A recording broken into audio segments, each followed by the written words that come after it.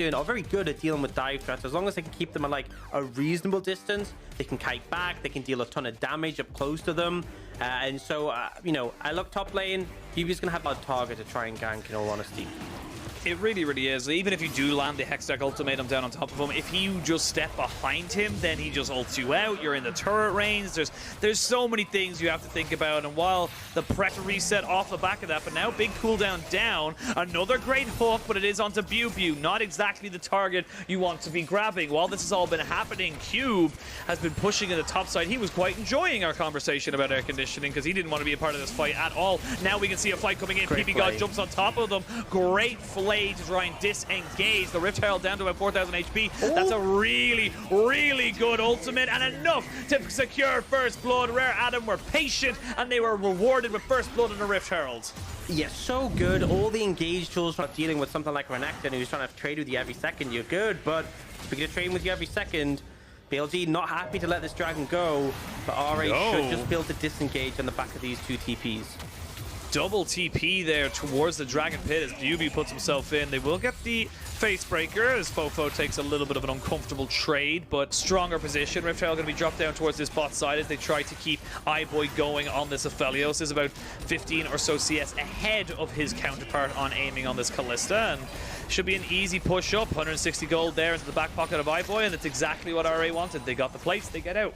And I think execution has been good from RA. They have to be a bit concerned if PP God wants to look for something here. Oh, PP God goes in, but they're going to use the paranoia straight away. The flash forward, flash away. They're going to be able to keep him alive. No! Leyen, enough of a damage dealer to take down the AD carry. Everything was used there by aiming, and just not enough to protect him or the tower. We'll have that ultimate backup and available. Oh, we see now Wei moving up towards this top side. The stolen Hextech ultimatum, and Cube has already used his hook shot, wall shot, so he will not have anywhere to go. He flashes away, but the Stormbringer is here. The paranoia has been committed. Fofo is there. They're going to try and continue this dive. It's a very risky dive to go with. The Nightmare will actually proc off, so Wei will go down. Now, can you continue this fight on the side of BLG? I don't think they want to. They will get the Aphelios ult out of it, and they will put aiming down to about a third of his HP, but very difficult for them to do anything else after they've used so much. Yeah, and the important thing here is you take down the jungler there, your top laner's got TP and died sooner, so Cube can join the fight far sooner if you need, and it's going to mean that RA are just able to pick up this Herald. However, this is going to cost them a lot of time. Leon's low on mana, no paranoia available, no fifth execution from the Akali. BLG are just going to beeline straight for that dragon, and honestly, 1,000 of that is just sitting on them, not really using it. They're just unspent gold. And now with this dragon spawning, you've got the Rend, you've got the ideas here from the side of BLG. Let's see if they can go for it. Hook does land. That's onto the set. BLG able to keep himself alive. He does get himself out there as the paranoia coming back in. BLG has gone down. Hextech momentum is there. The Nocturne has been traded. They're jumping back in on top of this. It's going to be a 2-for-2 trade. It's very, very scrappy as BLG are heading for the hill. Flash hook, but the cleanse is good, but not good enough. Double kill here for the Aphelios of iBoy, and that means that RA should feel comfortable to come back to this objective and stop the stacking. Yeah, RA bought enough time for the ult to come back up, and the teamfight execution was absolutely there. They denied that third dragon, and this is where things start to look a bit dire. This dragon adds 5 minutes on to that contest, and the thing is, you know, I'm talking about this from like a best case scenario for BLG. It's like, if BLG get every dragon, then you've almost got 2 items now onto the Camille, as we see a hook, paranoia, Leanne with iBoy and Hong, going to be very, very easily dispatching PP God, and this is the criticisms we've had of PP God in recent days of just getting caught out, really not putting himself into a good position. They will have the Calibrum and the Crescendum here to try and take down this Baron, but there isn't a Kali up in this top side. They don't have full vision of exactly where everyone is. Now, BLG will walk into Fofo. TP coming in on the back end of this one as well. They still have themselves an opportunity. Wei can get back into this Baron pit. With Baron resetting, though, it looks like RA are not willing to take that flip. They're happy just to take the teleport. You know, they got the pit. Gone with the Mikhail's blessing to try and make sure that even in a world where iBoy does get caught out like this, they're not going to get caught out completely. As iBoy now flashed onto, but there's no thresh there. Hong isn't there. He does get the lantern though off of the flash. There's going to be the paranoia and the teleport coming in. There's a great hook to start this one all off, and there's just too much damage off. Nothing for BLG to do. Leyen and everyone just doing as much as they possibly can. Everyone will pretty much fall for BLG, and there's no way they can contest this dragon anymore. Yeah, I mean, Cube trying to chase down aiming. But Shift, actually will find aiming here and take out the Callista as well. It's a 4-for-1 in favor of Rare Adam. And I'm going to be honest, I think that was the right approach from BLG. They go for the flank angle because clearly running out 8,500 gold lead. They are in such ascendancy, and it's just going to get harder and harder because there's just nowhere for you to go. As my voice decides to crack out right as this fight just come in, and I feel like BLG, they're left up. They have no hopes or prayers. They need a miracle at this point.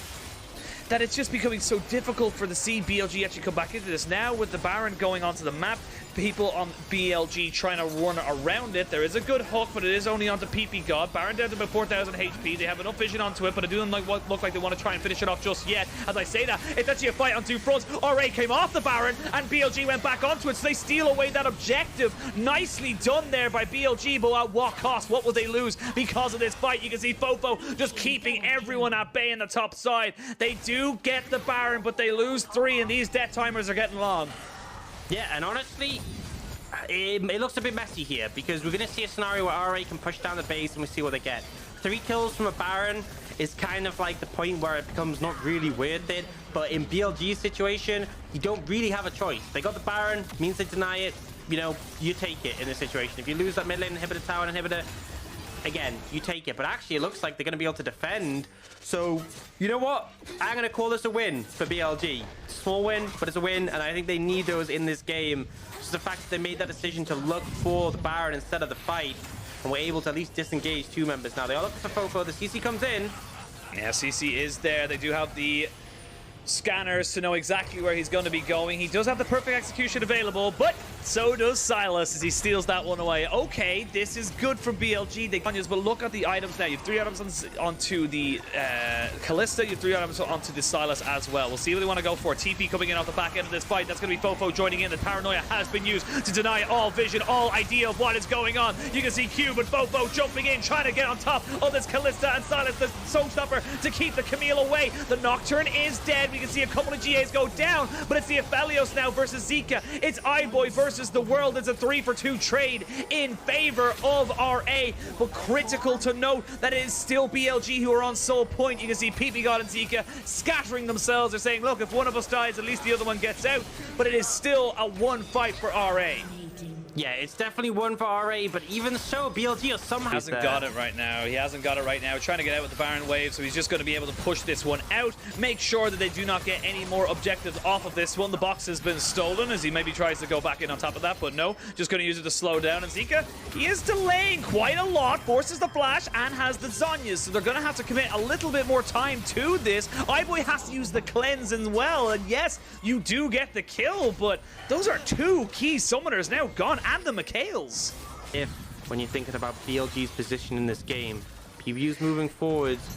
It's a hook on PP God. There's the paranoia coming in as well. Cube kind of jumping onto this backside, but they haven't really coordinated this one that great. They're jumping in now to get the showstopper in. It's going to be the ultimate to try and get down on top of this AD carry. They will get him down, and now RA look to end this game. The perfect execution from Zika does basically no damage, and again we're seeing PP God and Zika left to try and scatter themselves and defend against this absolute onslaught from RA. They finally find that clean fight. No members dropped, no objective to be stolen, and they're able to instantly segue into the extended fear onto aiming. So punishing in that situation. They're going to try and fight this off. I mean, here we go. We're going to jump in on top of this. It's going to be very difficult for Zika to get anything done while he's in fear stasis, and absolutely no chance. It will be RA in 34 minutes taking the 2-1 victory over BLG and put themselves back among the top 4.